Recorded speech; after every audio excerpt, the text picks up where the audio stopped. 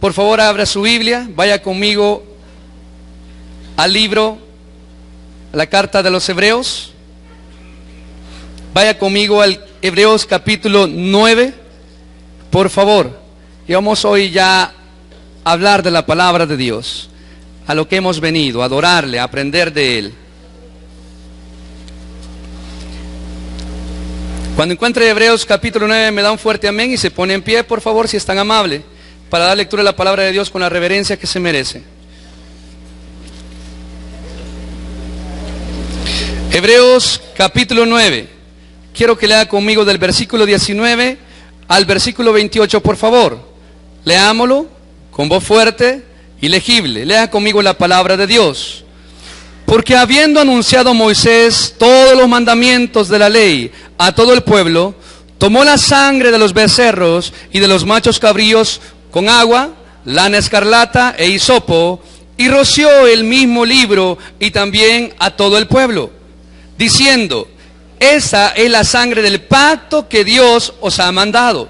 Además de esto, roció también con la sangre el tabernáculo y todos los vasos del ministerio, y casi todo es purificado según la ley con sangre, y sin derramamiento de sangre no se hace remisión. Fue pues necesario que las figuras de las cosas celestiales fuesen purificadas así, pero las cosas celestiales mismas mejores sacrificios que estos. Porque no entró Cristo en el santuario hecho de mano, figura del verdadero, sino en el cielo mismo, para presentarse ahora por nosotros ante Dios. Y no para ofrecerse muchas veces, como entra el sumo sacerdote en el lugar santísimo cada año con sangre ajena. De otra manera, le hubiese sido necesario padecer muchas veces desde el principio del mundo. Pero ahora, en la consumación de los siglos, léalo conmigo, se presentó una vez para siempre para quitar de en medio el pecado. Y de la manera que está establecida para los hombres que mueran una sola vez y después el juicio, así también Cristo fue ofrecido una sola vez para llevar los pecados de muchos, y aparecerá por segunda vez sin relación con el pecado para salvar a los que le esperan. Ore conmigo. Amado Dios que estás en los cielos, en esta hora te agradecemos porque somos tus hijos. Tu palabra lo declara y lo creemos. Gracias, Dios, porque nos la revelaste, y a través de tu Hijo amado, nuestro Señor y Salvador Jesucristo, entendemos ahora ser perdonados, ser redimidos para una salvación eterna y gloriosa. Y te agradecemos infinitamente, Dios, que tu presencia habite entre nosotros y habite en nosotros. Gracias, Dios mío, porque somos inmerecedores. Pero gracias porque a través de la sangre y el sacrificio de Jesús y a través de su resurrección, y que ahora está contigo, podemos hoy decirnos hijos, salvos, redimidos y perdonados. Señor, bendiga nuestros corazones en esta mañana. Quita todo estorbo de nuestra mente y corazón que evite que tu palabra nos dé el fruto que esperamos que dé en nuestros corazones. Ruego en el santo y precioso nombre de Jesús que te glorifiques tú y que en esta hora seamos edificados a través de tu revelación, que es la Biblia. En el santo nombre de Jesús, tu amado Hijo y Salvador nuestro, te lo pedimos. Amén y amén. Puede tomar asiento, amado hermano. Hemos titulado este sermón, diga conmigo, perdón, salvación y poder por la cruz de Cristo. Perdón, salvación y poder por la cruz de Cristo. Estamos en el tema, los frutos de la cruz. Y esos frutos, hermanos, hemos venido hablando diferentes temáticas, los diferentes pastores que hemos predicado, hemos hablado de diferentes resultados, frutos, que fue a través de la cruz. Y ahora hoy quiero hablarle de estos tres frutos que son importantes para nosotros, porque es la base de nuestra fe: el perdón, la salvación y el poder que es por la cruz de nuestro Señor Jesucristo. ¿Cuántos dan amén y gloria a Dios por eso? Usted y yo estábamos decididos a estar condenados por la eternidad. Pero por la misericordia de Dios, usted y yo ahora somos perdonados, salvados y tenemos poder por la cruz de Cristo. ¿Cree usted que eso es poquito? Eso vale un precio de una cruz de nuestro Señor Jesucristo. Ahora bien, el libro de Hebreos no se sabe el escritor, pero este escritor contenía mucho en su corazón de las enseñanzas del Antiguo Testamento, como ahora del tiempo de las enseñanzas de Jesús. Y por eso toma mucha simbología y muchas cosas del Antiguo Testamento para poder ahora complementarlas con lo que es nuestro Señor Jesucristo. Y en el capítulo 9, usted y yo lo acabamos de leer, habla de Moisés y habla de lo que significaba la sangre en el Antiguo Testamento antes que Cristo viniese. Usted sabía que la sangre de Cristo tiene poder. ¿Amén o no amén? La sangre de Cristo nos ha redimido a usted y a mí. Y la sangre en la Biblia significa vida. La sangre en la Biblia significa vida. Y para que usted y yo tengamos vida, necesitamos hoy la sangre de Cristo. Pero en la antigüedad, ¿cómo se salvaba la gente? ¿Cómo la gente era perdonada? Y en la antigüedad podemos ver que para Dios en la Biblia la sangre es símbolo de vida, significa vida. Y podemos ver ahí que Dios nos enseñó en el Antiguo Testamento lo que realmente significa la sangre. Y vaya conmigo rápidamente a Génesis capítulo 3, versículo 21. Y usted podrá ver ahí lo que sucede en Génesis capítulo 3, por favor. Léalo conmigo. ¿Qué dice, hermanos? Y Jehová Dios hizo al hombre y a su mujer túnicas de pieles y los vistió. Escuche bien, en el capítulo 3 habla del pecado del hombre. Tanto Eva como Adán fueron destituidos por el pecado que cometieron de la presencia de Dios. ¿Y qué dice la Biblia que hizo Dios? Dice que les hizo túnicas. ¿De qué? De pieles. ¿De dónde salieron esas pieles? Tuvo que haber un sacrificio. Tuvo que haber un derramamiento de sangre para poder Dios cubrir el pecado del hombre que había caído. Y vemos más adelante también lo que es en Éxodo capítulo 12. No lo busque. Allí en Éxodo capítulo 12 se habla de lo que es la Pascua. Y Dios va a sacar ahora a un pueblo que va a heredar muchas bendiciones. Y dice Dios al pueblo a través de Moisés que mataran un animal, un cordero de 1 año, sin defecto, y que la sangre de ese cordero dice que fuese rociada sobre los dinteles de sus casas, porque dice que iba a pasar el ángel de la muerte, y todas aquellas casas que no tuviesen la sangre, que es el símbolo de vida, todos iban a padecer. Y así Dios mató a todos los primogénitos, lo decía Saúl en la lectura que tuvo, tanto de animales como de seres humanos. En esa noche hubo una gran mortandad en todo Egipto, pero todos aquellos que tenían la sangre en sus dinteles, que es un símbolo y que es un significado de vida, pudieron vivir. La sangre a través de la Biblia significa vida. ¿Y por qué estoy hablando de eso? Porque vamos a ver lo que tiene que ver la sangre a través del perdón, salvación y poder. Y además de eso, en Éxodo 24:6 habla a través de Hebreos que dice que Moisés tomó la sangre y dice que roció, oiga bien, el altar. Roció la sangre, y eso es un significado de purificación, de santificación a través de la sangre. Y también en Éxodo 24:8 dice que la sangre que fueron derramadas de los machos y de los becerros, dice que fue rociada sobre el pueblo, que significa protección, seguridad, de salvación y de perdón de nuestro Dios eterno. La sangre significa tantas cosas y sobre todo significa vida. Y Dios lo ha venido ocupando a través desde Génesis hasta Apocalipsis. Usted va a encontrar la palabra sangre muchas veces en la Biblia. ¿Y por qué estoy hablando de eso? Porque también para que usted y yo tuviésemos lo que tenemos, hubo un derramamiento de sangre. Porque la sangre es símbolo y significa vida. Y escuche bien lo que vamos a ver a través de Hebreo ahora. Aparte de lo que acabo de decir en Mateo capítulo 26, el domingo pasado, ¿qué celebramos, hermanos? La Santa Cena. Y a través de la Santa Cena, en Mateo capítulo 26, del versículo 26 al versículo 30, Jesucristo dijo: este es mi cuerpo que por vosotros es partido. Eso es el pan, que significa el cuerpo de Cristo molido en la cruz y en toda su pasión. Y también dice en Mateo capítulo 26, ¿qué dice? Y esta es mi sangre, que por muchos es derramada para perdón de pecados. Y todo tiene que ver con la sangre, pero todo lo del Antiguo Testamento tiene que ver con una figura importante, una persona importante y la más importante, el ser humano más importante sobre la tierra, pero sobre todo eso nuestro Dios, que fue Jesucristo y es Jesucristo. Y a través de todo lo que hemos hablado, Hebreos nos habla de todas esas figuras.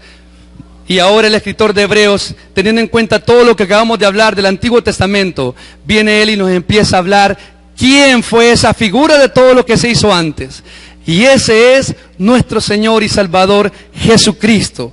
Y mira ahora, vaya así conmigo a Hebreos, por favor, y vea lo que sucede en Hebreos del capítulo 19 al versículo 23. Empieza hablando que Moisés anunció todo lo que Dios ordenó que hiciésemos. Todo eso fue una figura de la manifestación de nuestro Señor Jesucristo. Ahora bien, en el versículo 24, léalo conmigo por favor. Porque no entró Cristo, ¿qué dice, hermanos? En el santuario hecho de mano, figura del verdadero, sino ¿a dónde entró Cristo? Al cielo mismo. ¿Para qué, hermanos? Para presentarse ahora por nosotros ante Dios. Jesucristo vino al mundo, siendo Dios, se humanizó. Y tuvo que ir a una cruz, tuvo que morir y resucitar, para que ahora Él, subiendo los cielos, ¿qué dice el versículo 24? Nos presente también a nosotros. O sea que todo lo que Cristo padeció, todo desde Génesis capítulo 3, versículo 15, se está cumpliendo y se cumplió a través de la Escritura. Y ahora usted y yo somos bendecidos a través de todo lo que se dijo de Cristo, que Cristo vino a cumplir, y faltan muchas cosas que se cumplan para que Cristo establezca su poder y podamos reinar con Él como sacerdotes que Él nos ha llamado que somos. Vea usted lo importante de lo que usted y yo somos para Dios. Pero más que eso, vea lo importante de lo que implica el sacrificio de Cristo. Ese sacrificio que muchos desprecian hoy día. Y es más, ese sacrificio que usted y yo despreciamos mucho tiempo y muchos años atrás. A mí me hablaron de Cristo muchas veces. Desde que tenía razón de ser, desde 10 años, me hablaron de Cristo muchas veces. Y yo rechacé la oportunidad. Pero bendito sea Dios que puso instrumentos, amigos, que fueron instrumentos de Dios y me trajeron a los 21 años, recibí a Cristo. Me tardé 11 años de mi vida desperdiciando mi vida y mi tiempo y todo aquello por rechazar lo importante de lo que es el sacrificio de Cristo. ¿Cuánto tiempo se tardó usted en reconocer esa verdad? Y como se nos decía, ¿cuántas veces usted le tiró la puerta a los evangélicos? ¿Cuántas veces usted insultó a los evangélicos? Porque nunca el ser humano ha aprendido a darle el valor que significa lo que es el mensaje de la cruz de Cristo. Y cuanto más nosotros queremos saber como cristianos ahora, fíjese que muchas veces más menospreciamos lo que Cristo hizo por nosotros. Y ahora, hermano, yo quiero que entendamos algo, que a través de la carta de Hebreos nos dice que ahora Dios subió a los cielos para presentarnos ahora por nosotros ante Dios. Y lee el versículo 25. Y no para ofrecer muchas veces, como el sumo sacerdote entra al lugar santísimo cada año con sangre ajena. Y el versículo 26, de otra manera, le hubiese sido necesario padecer muchas veces desde el principio del mundo. Pero ahora, en la consumación de los siglos, se presentó de una vez y para siempre por el sacrificio de sí mismo. Escúcheme bien. En el tiempo de Moisés, Dios mandó a hacer un tabernáculo y nadie podía entrar a ese tabernáculo, solamente los levitas que Dios escogió para que pudiesen ministrar. El que entraba al tabernáculo automáticamente moría, por muy buena persona que se creyera. Y dice la Biblia y enseña que cada año entraba el sumo sacerdote, que era Aarón, una vez al año. Y escuche bien, para presentarse delante de Dios. Y si a Dios le placía perdonar los pecados del pueblo, lo hacía, pero ese perdón duraba nada más un año, hasta que el sacerdote volvía a entrar. Y si Dios no aceptaba la ofrenda, eso significaba que no había perdón para el pueblo. Imagínese usted la dependencia en ese tiempo de saber si me va a perdonar o no me va a perdonar Dios. ¿Cómo estuviésemos nosotros ahora esperando que cada año alguien se presente ante Dios para ver si nos van a perdonar o no nos van a perdonar? Ahora vea usted lo mal agradecidos que hemos sido al saber que tenemos perdón de todos nuestros pecados a través de Cristo y no lo agradecemos. Una vez al año, hermanos, eran perdonados el pueblo si Dios lo deseaba. Ahora dice la Escritura, el escritor de Hebreos nos enseña estas cosas importantes: que Cristo se presentó una vez y para siempre. Una vez y para siempre. Se presentó, léalo conmigo el 26, por el sacrificio de sí mismo para quitar de en medio el que, hermanos, el pecado. Y lo primero que Dios nos ha dado a través del sacrificio de su Hijo en la cruz, a través del derramamiento de su sangre, es el perdón de sus pecados. Ahora, ¿qué tan pecador es usted y qué tan pecador soy yo? Piénselo. Ahora, los que venimos del mundo, los que gracias a Dios hemos sido redimidos, pero no estuvimos desde nacimiento, pensemos algo. ¿Qué tan pecadores fuimos antes de conocer a Cristo? Lo peor, ¿no? Malillas, cacheros, buchincheros, pleititos, chambrosos, tantas cosas. Eso fuimos. ¿Y qué dice la palabra de Dios? Que Él, dice en el versículo 26, se presentó a sí mismo para quitar de en medio el pecado. Lo primero que Dios ha hecho es quitar el pecado del mundo. Eso es lo que Dios ha hecho, y Dios le ha quitado el pecado a usted y me lo ha quitado a mí. Escuche bien, usted no tenía oportunidad de entrar al cielo ni de heredar las bendiciones de Dios. Usted iba directamente al infierno, a la condenación eterna. Pero dice la palabra de Dios en ese versículo que Dios, a través del sacrificio de Cristo, de sí mismo, nos ha quitado el pecado. Amados hermanos, démosle gracias a Dios por eso. Si es que mire, usted y yo no nos merecemos nada bueno. Sus títulos no lo hacen buena persona. Su posición académica o su posición económica no lo hace buena persona. Porque muchos millonarios se van a ir al infierno y no van a poder pagar esa salvación porque no se compra. Se recibe por gracia de Cristo. Y usted es un gran pecador igual que yo, y tenemos que estar agradecidos porque Dios en la cruz nos ha perdonado. Nos ha quitado toda mancha, toda suciedad que usted y yo teníamos. Pero no, hoy nos creemos buenas gentes. Hoy nos creemos buenas gentes y creemos que podemos pecar. Hay una secta llamada Creciendo en Gracia. Ellos dicen salvos siempre salvos, y ellos literalmente, deliberadamente siguen pecando, porque dicen que Cristo ya pagó por sus pecados.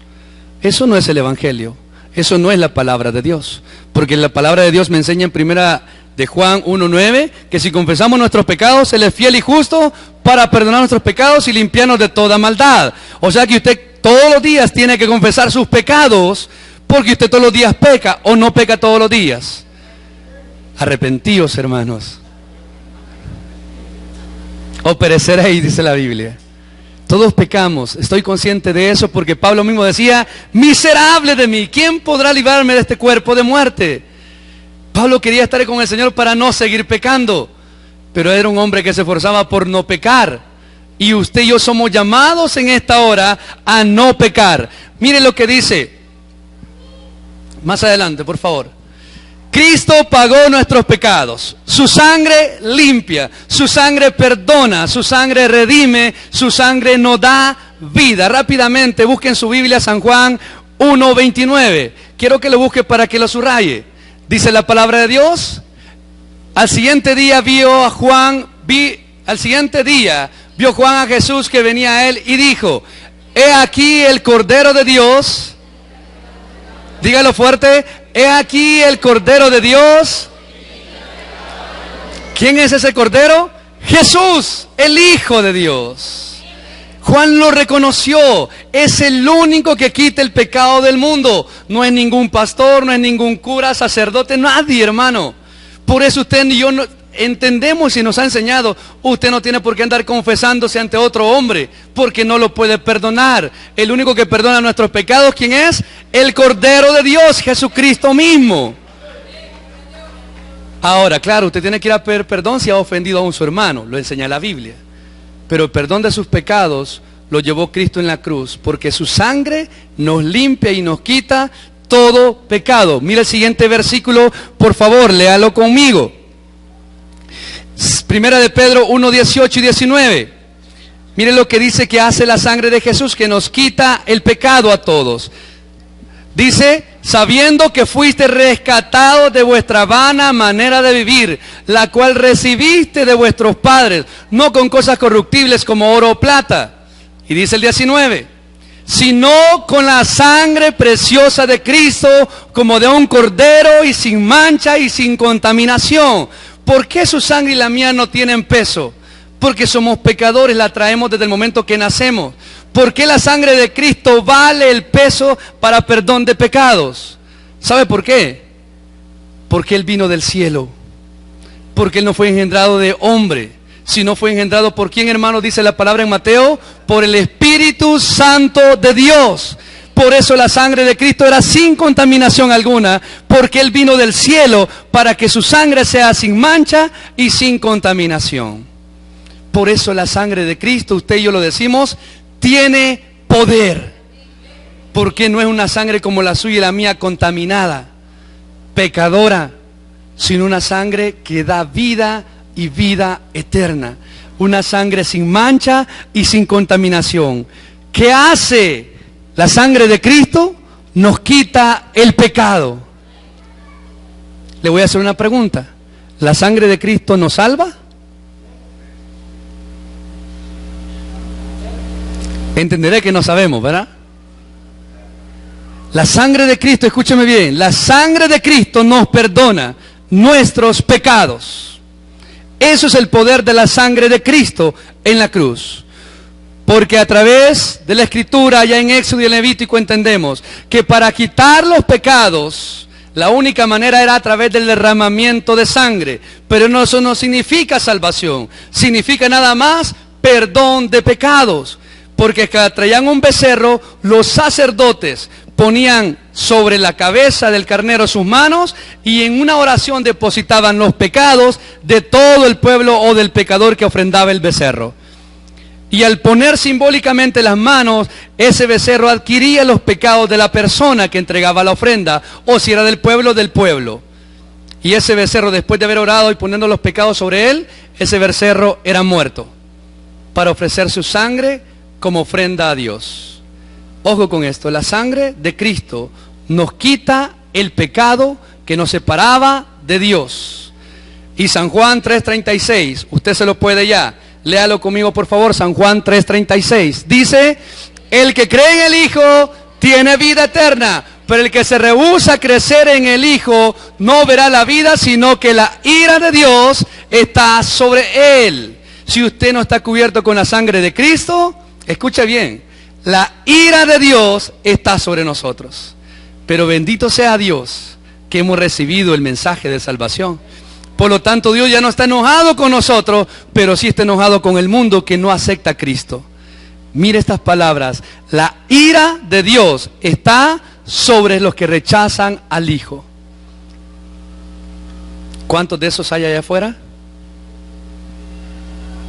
Usted y yo tenemos el deber de hablarles de esto y de decirle este versículo que es tremendo y mente duro. Pero amados hermanos, no solamente Cristo nos ha quitado el pecado. Quiero que aprendamos una segunda cosa, porque la sangre de Cristo no quita el pecado, pero escuche bien, dice la Biblia que usted y yo somos salvos, ¿amén o no amén? ¿Somos salvos de qué? De una condenación eterna. Y mire eso, versículo por favor, léalo conmigo el 28. Así también Cristo fue ofrecido una sola vez, ¿y qué dice?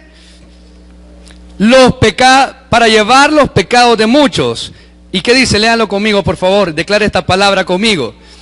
Y aparecerá, no los escucho, iglesia. y aparecerá por segunda vez sin relación con el pecado para salvar a los que le esperan. Hebreos capítulo 9, versículo 28. Cristo murió en la cruz para perdonar todos nuestros pecados. Segunda cosa, Cristo murió y la Escritura enseña en los Evangelios que al tercer día Él resucitó. Y dice que ahora está sentado ¿a dónde? A la diestra de Dios Padre, intercediendo por nosotros. ¿Jesucristo se quedó en la tumba? Si Jesucristo no resucita, dice Pablo, vana es nuestra fe. Si Jesucristo no resucita, escúcheme, usted y yo no fuéramos salvos de una condenación. Porque la sangre nos perdonó, pero ¿qué nos garantiza una salvación y vida eterna? La resurrección de Jesucristo. Por eso hay muchas sectas allá afuera diciendo que tienen líderes religiosos, pero ninguno de esos líderes murió y resucitó. Por eso el misterio de la resurrección de Cristo es la base de nuestra fe. Si Cristo no resucita, hermano, usted y yo no predicásemos, tuviéramos un líder como los que han muerto y no resucitan. Pero Cristo, dice la Biblia, resucitó y ascendió a los cielos y está a la diestra de Dios Padre, intercediendo por usted y por mí. Y decía, nos va a presentar ante Dios porque Él regresará. Usted a través de la sangre tiene perdón. Usted a través de la resurrección de Cristo, amado hermano, tiene lo que es salvación y vida eterna. Porque escúcheme, los que no han creído en Cristo también tienen vida eterna. ¿Sabía usted eso, no? La diferencia es que ellos son una vida eterna para condenación y usted para una vida eterna con glorificación en Cristo Jesús. Y si Cristo no resucita, usted no tuviera esa esperanza. Pero Cristo resucitó para darnos lo que es vida eterna, que es la salvación gloriosa. Lea conmigo esto: no más condenación, no hay infierno para mí, Él vendrá por mí, Él me dará gloria. Romanos 6:4. Búsquelo conmigo rápidamente, Romanos 6:4, y si no aquí está en la pantalla. Porque somos sepultados juntamente con Él para muerte por el bautismo, a fin de que como Cristo resucitó de los muertos por la gloria del Padre, así también nosotros andemos. ¿En qué anda usted? ¿En qué andamos todos? Entonces, ¿por qué sigue usted empecinado en vivir como el viejo hombre? Malcriado, no quiere cambiar las cosas que no están bien, sigue resentido con sus miradas venenosas, con sus chambres y chismes. ¿Qué dice la Biblia? Que hemos sido sepultados en Cristo. ¿Y qué dice? Para que andemos en nueva vida. De modo que si alguno está en Cristo, nueva criatura es. Las cosas viejas pasaron, aquí todas son hechas nuevas. Estrene una nueva vida ahora, hermano. Ya deje esa vieja ropa sucia que usted tiene de pecado, igual que yo. Pongámonos ahora la nueva ropa del nuevo hombre, de una nueva vida. ¿Qué más dice? Aparte de Romanos, Colosenses 2, capítulo 2, versículo 2, 12 y 13. Miren lo que dice la palabra de Dios. Sepultados con Él en el bautismo, en el cual fuiste también, ¿qué, hermanos? Resucitados con Él mediante la fe en el poder de Dios, que le levantó de los muertos. Y sigue diciendo: y a vosotros, estando muertos en pecados y en la incircuncisión de vuestra carne, os dio vida juntamente con Él, perdonándonos todos los pecados. Hey, no es cualquier cosa lo que tenemos.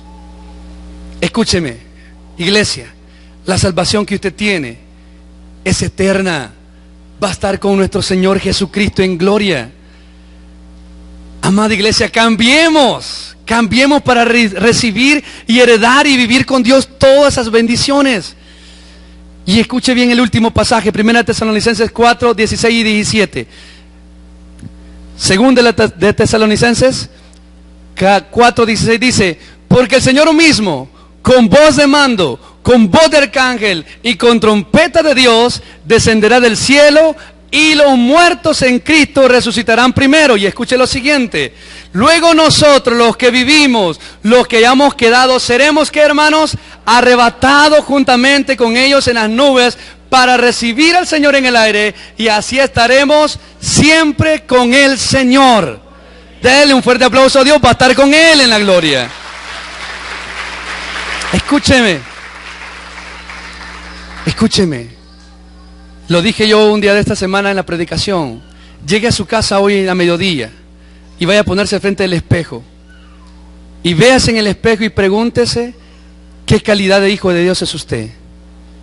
Y es más, vea en el espejo, obviamente su rostro, y pregúntese si usted realmente ha entendido lo que Dios le ha regalado. Le ha quitado la maldad, los pecados más horribles que usted y yo tuviéramos, Cristo los ha quitado. Y aparte de eso, no solo nos quitó lo malo, sino que nos dio una bendición de vida eterna. Amado hermano, si es que nosotros tenemos que estar agradecidísimos con Dios cada día y vivir para Él, no cambiándolo con cosas del mundo, porque vamos ¿para dónde? Al cielo con Él.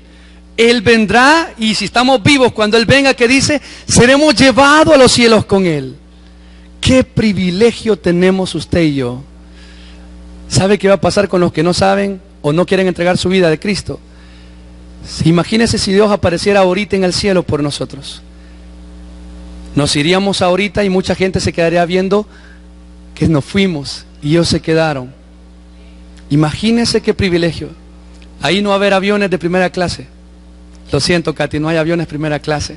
Nos lleva el Señor arrebatados al cielo, transportados al cielo. Imagínense, no necesita ser Superman. Dios se lo va a llevar al cielo. ¿A través de qué? Del sacrificio de Jesús en la cruz. Su sangre los perdona y su sangre nos da vida eterna, que es una salvación gloriosa. Pero no termina hasta ahí. Y aquí quiero realmente enfatizarle a usted algo muy importante. ¿Quién es usted? Conforme a la palabra de Dios, un hijo de Dios. Los que hemos recibido el mensaje. Y yo le preguntaré algo. ¿Verdad que es bien difícil dejar de pecar? ¿Verdad que nos cuesta? ¿Verdad que el mundo nos asedia tanto, que nos ofrece tantas cosas lindas? ¿Amén o no amén? Pero quiero decirle algo muy importante. La Biblia dice que Jesús nos ha perdonado con su sangre. La Biblia nos enseña que Dios nos ha dado salvación y vida eterna. Y escuche bien lo siguiente. Y lo más importante de todo, que usted es una habitación de Dios. Usted y yo tenemos la presencia de Dios. Dios, sea como seamos, al recibir el mensaje, Dios decidió enviarnos su presencia, que es el Espíritu Santo, a su vida y a mi vida. Somos portadores de la presencia de Dios. Escúcheme, somos portadores de la esencia divina. Parte de la divinidad de los cielos está en su vida, porque es Dios mismo habitando en su vida y en su corazón. Le voy a preguntar algo más importante. ¿Qué está haciendo usted con eso? ¿Qué está haciendo usted con la presencia de Dios en su vida? ¿Cuánta gente se está enamorando por lo que usted hace para Dios, por lo que tiene usted en su vida? ¿Cuánta gloria derrama usted en su rostro para que la gente se convierta a Cristo? ¿Cuánta santidad se nos nota a nosotros porque somos portadores de la gloria de Dios a través de su Espíritu Santo?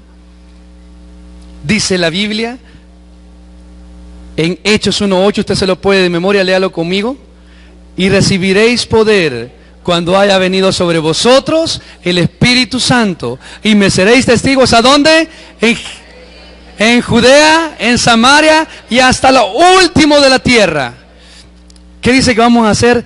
Testigos. ¿Por qué? Porque somos portadores del poder de Dios. No me diga que usted es cobarde, porque tiene el poder de Dios. No me diga usted que no puede, porque tiene el poder de Dios. No me diga de cambiar cosas en su vida, usted tiene el poder de Dios. Usted, como dice nuestro pastor, no es cualquier cinco yuca. Usted es alguien que vale la sangre de Cristo, que tiene una vida eterna, y sobre todo usted tiene la presencia de Dios en su vida.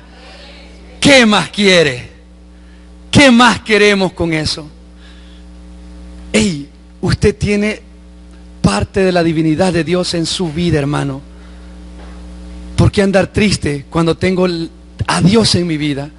¿Por qué ser amargado si tengo a Dios en mi vida? ¿Por qué estar angustiado si tengo a Dios en mi vida? En San Juan capítulo 16, versículo 13 dice, escúcheme bien esto y ponga atención. San Juan capítulo 16, versículo 13. Léalo conmigo, por favor. Pero cuando venga el Espíritu de verdad, léalo. Él os guiará a toda verdad, porque no hablará por su propia cuenta, sino que hablará todo lo que oyere y os hará saber las cosas que habrán de venir. Y dice el 14, Él me glorificará porque tomará de lo mío y lo hará saber. ¿Qué va a hacer el Espíritu Santo? Os guiará a toda verdad. ¿Usted sabe o no sabe lo que es malo ante los ojos de Dios? ¿Amén o no amén? Lo sabemos, porque tenemos conciencia de discernir lo bueno y lo malo. ¿Por qué hacemos lo malo? Porque no nos dejamos guiar por la presencia de Dios, que es el Espíritu Santo. ¿Por qué usted y yo estamos emproblemados? Porque no nos dejamos guiar por el Espíritu Santo. ¿Por qué nosotros seguimos murmurando unos con otros? Porque no ocupamos y no dejamos que Dios se mueva en nuestra vida a través de la presencia del Espíritu Santo. Dice la Biblia que Él nos guiará a toda verdad. Usted tiene el mejor regalo de todos, la presencia de Dios en su vida, que es el Espíritu Santo de Dios. Usted lo tiene todo, solo que no lo queremos ocupar, porque dice que nos guiará a toda verdad. Y la única verdad absoluta para usted y para mí está en este libro, la palabra de Dios. Si no la leemos, no podemos ser guiados de lo que Dios dice, porque el Espíritu Santo a través de este precioso libro nos va a guiar a toda la verdad que necesitamos saber para cambiar y transformar nuestras vidas. Hemos aprendido entonces en esta mañana, amados hermanos, que a través del sacrificio de Cristo, usted y yo entendemos que Cristo pagó nuestros pecados, que Cristo nos da vida eterna, que es la salvación gloriosa, y tenemos ahora a Cristo, nos dio de su presencia. ¿Quiere algún regalo material? ¿O nos quedamos con lo espiritual? Amados hermanos, frutos, resultados de lo que es el sacrificio de Cristo. Hoy mucha gente fue a diferentes procesiones. Mucho tiempo yo anduve en eso. Y los que alguna vez participamos en eso, los varones no me dejarán mentir. Uno va buscando a ver qué chicas bonitas logramos ver. Y las señoritas van porque no saben, pero ahí andan. Mucha gente lo hace porque no se les ha predicado este mensaje. Amados hermanos, la fiesta de Semana Santa no es algo religioso, tiene que ser algo espiritual para nosotros. Y eso espiritual comienza con cambios de vida, entendiendo el mensaje de Cristo y de lo que Él hizo en la cruz. Si usted no quiere cambiar entendiendo lo que Él ha hecho, es su problema. Pero como dicen en las graduaciones y en ciertos eventos, ahora que usted lo sabe, que Dios os premie o que Dios os demande. Depende ahora de nosotros. Hemos sido perdonados, hemos sido salvados de una condenación y ahora tenemos la presencia de Dios. Vamos a orar. Padre que estás en los cielos, gracias te doy porque en esta mañana, Señor, hemos aprendido que tu sangre, Señor, es lo que el ser humano necesita para ser perdonado, para que la ira de nuestro Padre no esté sobre eso. En este momento yo te agradezco, Dios, porque tu iglesia ha entendido el mensaje. Sé que hemos comprendido, Señor, que tu sangre es lo que realmente nos ha redimido de toda condenación, de todo pecado. Señor, sé que hemos entendido que tenemos un regalo que no cualquiera tiene, sino solamente tus hijos, que es una salvación eterna y gloriosa contigo. Y Señor, también te doy gracias por tu presencia en nuestra vida. Pero en esta mañana también quiero pedirte que nos perdones a todos, porque sé, Señor, que no hemos sido agradecidos con lo que tú nos has regalado. Sé, Señor, que no hemos demostrado con hechos ni con palabras lo que ahora, Señor, tú nos has hablado con tu palabra. Porque, Señor, seguimos pecando y muchas veces deliberadamente. Señor, seguimos viviendo sin esperanza muchas veces, aún entendiendo tu palabra. Y sobre todo, Dios, no te ocupamos a ti a través de tu Espíritu Santo para tomar decisiones. Por lo cual en esta hora yo te pido que nos perdones. Pero en el nombre de Jesús, oh Padre, pido que nos ayudes. Y pedimos que tu Santo Espíritu sea ahora el guiador de nuestra vida. Si no hemos tomado en cuenta, ahora te pedimos. Y te pedimos que nos ayudes porque queremos tomarte en consideración. Queremos que nuestras decisiones sean espirituales conforme a tu palabra. Señor, en esta hora te ruego que nos bendigas a todos, que nos ayudes a todos, pero que sobre todo, Dios, cada uno tome el compromiso, la responsabilidad de vivir conforme tu palabra. Amado hermano, le pediré por favor que siga orando, que le dé gracias a Dios por esas 3 cosas que hemos aprendido. Dele gracias a Dios con sus propias palabras. No escuche las oraciones de los demás, ore a Dios y dele gracias con sus propias palabras.